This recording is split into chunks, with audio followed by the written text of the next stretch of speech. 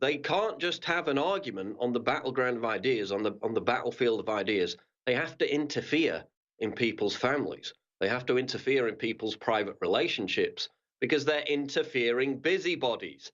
They're nasty, self-loathing, very hateful people, and they can't just debate politics without making it personal. And on that subject, I'll welcome back our guest, who is Ashton Whitty. She is at Ashton Birdie on Twitter. Ashton, welcome back. Thank you for having me. Now, I want to talk about this Vice article, which you covered in a video a couple of days ago. If you could flash this up, headline is Conservatives are whining because no one wants to date them. This came out in Vice, I think it was back in the beginning of March. Let's read a couple of sentences out of this. It says a handful of Conservatives in DC told the magazine they've been having a real tough go of it since the election. They've just been having a hard time getting laid. According to one unnamed Trump administration official, it's especially hard to land a date if you're affiliated with the White House. Sad. It continues, a reporter for a white right-wing media outlet told the Washingtonian he recently went out on a date that crashed and burned once the woman noticed some conservative books on his shelf. The horror. Even though the guy told her he didn't vote for Trump, he got down and groveled on his knees and considers himself a moderate conservative. She ended things there. So it's not a long article, but it goes on in that vein.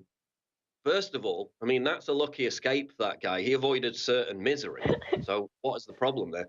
Second of all, Ashton, for women, let's just look at women. If you're reasonably attractive, you will never be short of offers from men. Basic biology overrides politics. That's just a fact.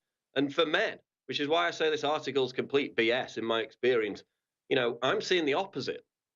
Like being a conservative or, just not being an intellectual coward, which is what most leftists are, it's transgressive, it's daring, it's attractive. So, I mean, is Vice correct? From my perspective, this is complete BS. Are confident, good-looking men with strident beliefs and purpose in their lives really going to have problems finding a date? I Go wouldn't say ahead. so. I would say it's more the fact that a lot of women nowadays are very picky about what they want. Not to mention, I don't think women even really want to date or stay in a long-lasting relationship. They seem to just be more focused on their careers, and a lot of these feminist women don't really care about traditional family values. Instead, they either want to focus on their career or be in a relationship, as CNN has stated, with cuckolding.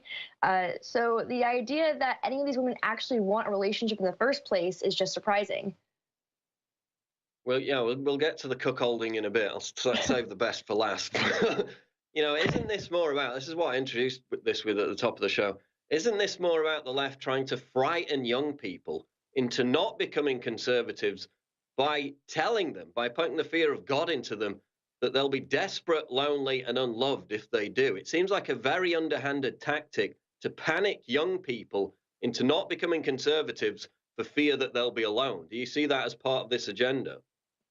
Well, absolutely. I think when people have this fear that they're going to be alone, they're going to put themselves in a desperate state of mind. They're going to throw themselves at any person that says hi to them or do anything that's willing.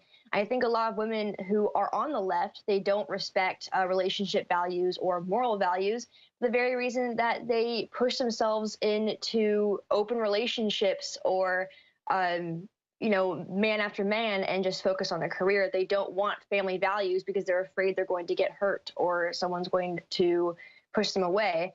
And then they become conservative and no one's going to love them. And so I think that's the entire mindset of the left, where they just push people to believe they're always going to be alone no matter what. So you might as well be a freak about it.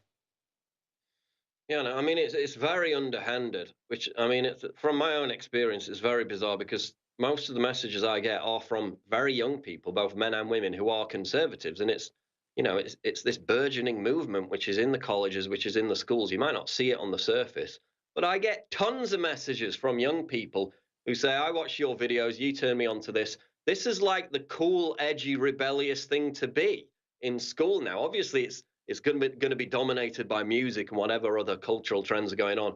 It's not all going to be political. But for some people who are political, who message me, they're saying, no, it's actually conservatism is kind of the new counterculture. It is the rebellious, edgy thing to do because it's so taboo.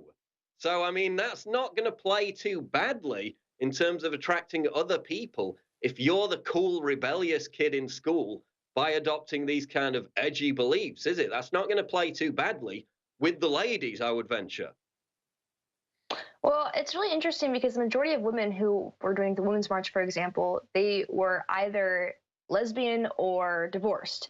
And so it's no, it's obvious that a lot of women now today, the idea of getting married and settling down and having children is just absolutely ridiculous.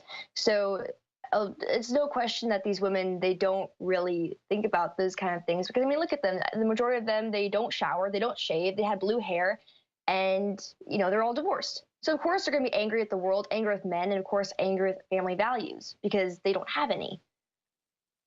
Well, and just angry at the fact that they're very ugly people, both inside and out. We're talking about them frightening young people into not becoming conservatives. We probably, and I've done this on occasion, should be pointing the finger at the state of protesters at Antifa riots and Black Lives Matter events, because, as he said, tend to be. I'm talking about activists. Like when I make this point, and I'm going to get onto it with the science in a second, they always come back at me, these blue check marks, and say, "Oh, but what about this liberal icon? Look how attractive she is." It's like, no, she's a celebrity. I'm talking about politicians. I'm talking about activists. You look at most of them, and we featured them on the show numerous times. It's exactly as he said. The stereotype is true. Mainly with these feminist protests, the older women are divorced. The younger women have got blue hair. They're completely out of shape. Like, there's no excuse for being out of shape when you're in your mid-20s. Sorry. There's no excuse. That's a lifestyle. That's a series of bad lifestyle choices. And those people tend to be attracted to this victimhood ideology politics, which allows them to wallow in their own laziness and worthlessness. So we should be, getting young girls and pointing to that and saying, don't turn into that, whatever you do. And in fact, I made a video about this called Sexy Hot Conservatives, pointing to the fact that there was one example where it was the Antifa girl. I think it was a girl who got punched, and we don't advocate that, obviously. But they had pictures of her before she joined Antifa. Long blonde hair, very natural, very attractive. After joining Antifa, she's got the nose piercings, she's got the dreadlocks. As he said, looks like she hasn't had a shower in 2 years. It has an effect. And that ties into the science, which is what that video was about, which I want to get onto. I'll probably get onto that in the next segment here because we got about a minute and a half left. But I just want to wrap the Vice article up with this. At the end of the Vice article, which says conservatives can't get dates, they admit, quote, "We hear that the dating site for Trump supporters is really struggling to attract new members."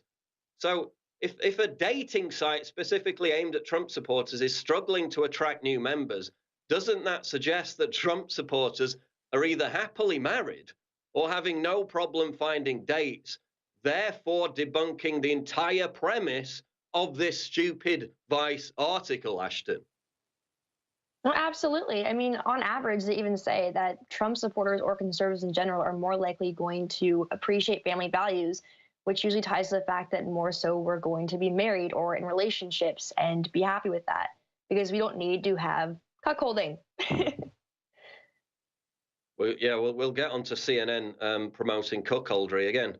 The point I made with that was people were surprised about it. Why was anyone surprised? That's like their core audience. Of course, they're going to promote it.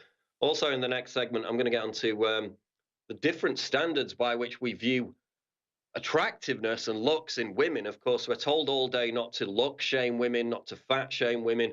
Apart from, of course, if it's a conservative women, and then you can say the most vile thing imaginable about them. We'll get to that and more after the break. We are talking to Ashton Whitty.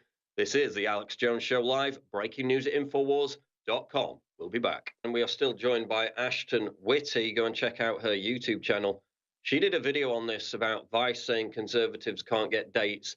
Quite the opposite in my experience. I made a video called Sexy Hot Conservatives, one of the best headlines ever, where I went through the science behind this. Cambridge University Press reported conservatives are more physically attractive. This is a quote, "Attractive individuals are more likely to identify with the Republican Party and are more likely to be conservatives." There was a Daily Beast article based on a UCLA study, hardly a far-right outfit, which said GOP women are prettier. Even the arch feminist herself, Lindy West, admitted in an article that she wrote that conservative women are prettier. So if you look at the science, it tends to be that more attractive women and men are attracted to conservative politics. And of course, they come back and say, oh, but look at this liberal celebrity. She's so hot. Yeah, that doesn't disprove the general science in these studies, which include hundreds and hundreds of people. I'm talking about activists. I'm talking about journalists. I'm talking about the kind of people who were exposed as perverts during this whole hashtag Me Too scenario. People like Sam Criss, people like Glenn Thrush. It often was the case that the most ardent, virtue signaling male feminists were the most creepy, predatory perverts in almost every case. And again, it's because, they're ugly. I mean, I see this connection all the time. Leftists, particularly the most vicious ones who jump to getting personal as quickly as possible, they always have like problems with depression, problems with self-loathing. So in those cases, they can't attract women in the normal way. So they have to be creeps, they have to be perverts. And the science shows that conservatives are indeed hotter. But I mean, Ashton, the question is, do leftists, as they get older, manifest all that viciousness, all that self-loathing by becoming as ugly on the outside as they are on the inside? Do they actually begin to wear all that hatred on their faces, do you think? Oh, absolutely. Where do you think cat ladies come from? Honestly, I mean, if you look at all the women who were at the Women's March, they were, not in shape. They were all divorcees, and they're all in their mid 40s. And these are the same people who are offended by beach bodies and women like Pamela Anderson on Baywatch. They can't stand the idea of pretty women taking over. And I think they're indoctrinating a lot of the college students, females, of course, to believe in this idea. If you look at a lot of sorority girls at UC Berkeley, for example, they all look like they come from nice families. They are all very pretty. And then something happens to them over time where they stop shaving their legs. They wear yoga pants every single day.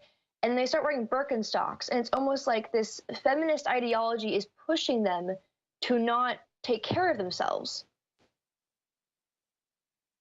Yeah, you see the before and after photos of some of these women, and the transformation is quite stunning.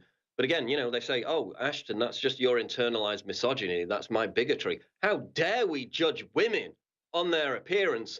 Oh, and by the way, Tommy Lawrence had plastic surgery. Ann Coulter's emaciated. It's okay to be completely vile about women and how they look and the size they are, so long as they're conservative. Quite the double standard there, Ashton, isn't it? Well, what's so interesting to me is that a lot of women who are conservative and they do take care of themselves, whether it be Botox or taking a simple shower, we're actually happier with our lives because taking care of your bodies and actually, basic hygiene tends to tie back to happiness. You're not going to be depressed if you smell good. You're not going to be depressed if you're wearing nice clothes.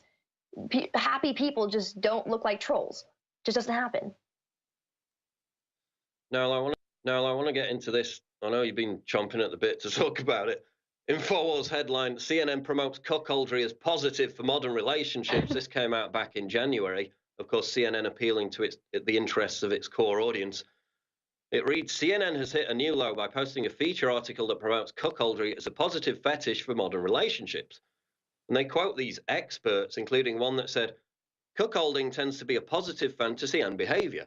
They also quote a Dan Savage, who is like a gay rights leftist activist, who said, the rewards can be amazing. Goes on to say, neither of these assertions are backed up by any evidence or challenged by the writer of the piece, Ian Kerner, who is a licensed psychotherapist. So there was no actual survey or anything that backed this up, that it was a positive thing for relationships to let your wife sleep with someone else. They just said it was, and we took their word at face value. But we had another article, though, which completely contradicted this, and this is out of Breitbart. It says far left voters more likely to share their wives, right wingers more sexually dominant, claims study. So basically, they asked people in France, and again, this sampling was 4,000 people, unlike the 3 people quoted by CNN. And basically, they found out that left wingers are more likely to have orgies, to share their wives, and we're trying to dance around this because it's a family show. Right wingers, this is a quote, are more likely to enjoy, quote, kinky sex. So they're more likely to engage in taboos. But it was the left wingers who were more likely to engage in cuckoldry. So Ashton, not to get too graphic here, it's a family show. Why do you think leftists are more likely to be into cuckoldry? Is there something within their psychological makeup which makes them more attracted to that kind of deviancy? Well, as a psychotherapist, I think that she would know basic psychology and that sharing multiple men for one woman is not going to help a woman psychologically. It's actually going to damage her even more, which may even tie to the very fact that feminists are angry themselves. I mean, there's a study show that women who have more sexual partners at a time, they tend to be angry with their lives. They tend to have worse relationships. I think this ties to a lot of what a lot of these feminists, are. They're angry, they're sad with their own lives. And so I think back to what you said earlier, that they are afraid to be alone. They sleep around and say it's beneficial to the relationship when all it really does is destroy the very family and traditional values that they should be upholding. Incredible. There you see the study out of the Breitbart.com article. We'll be sure to revisit this topic. It's a source of common interest for me. Just before we go, though, tell people how they can find you on Twitter and how they can subscribe to your YouTube channel, which has been doing very well of late. They can find me on both Twitter and YouTube, Ashton Birdie, ASHTONBIRDIE. Okay, be sure to check out her most recent video on this very subject as well. Ashton, really appreciate your time. Thanks for joining us today. Thank you for having me.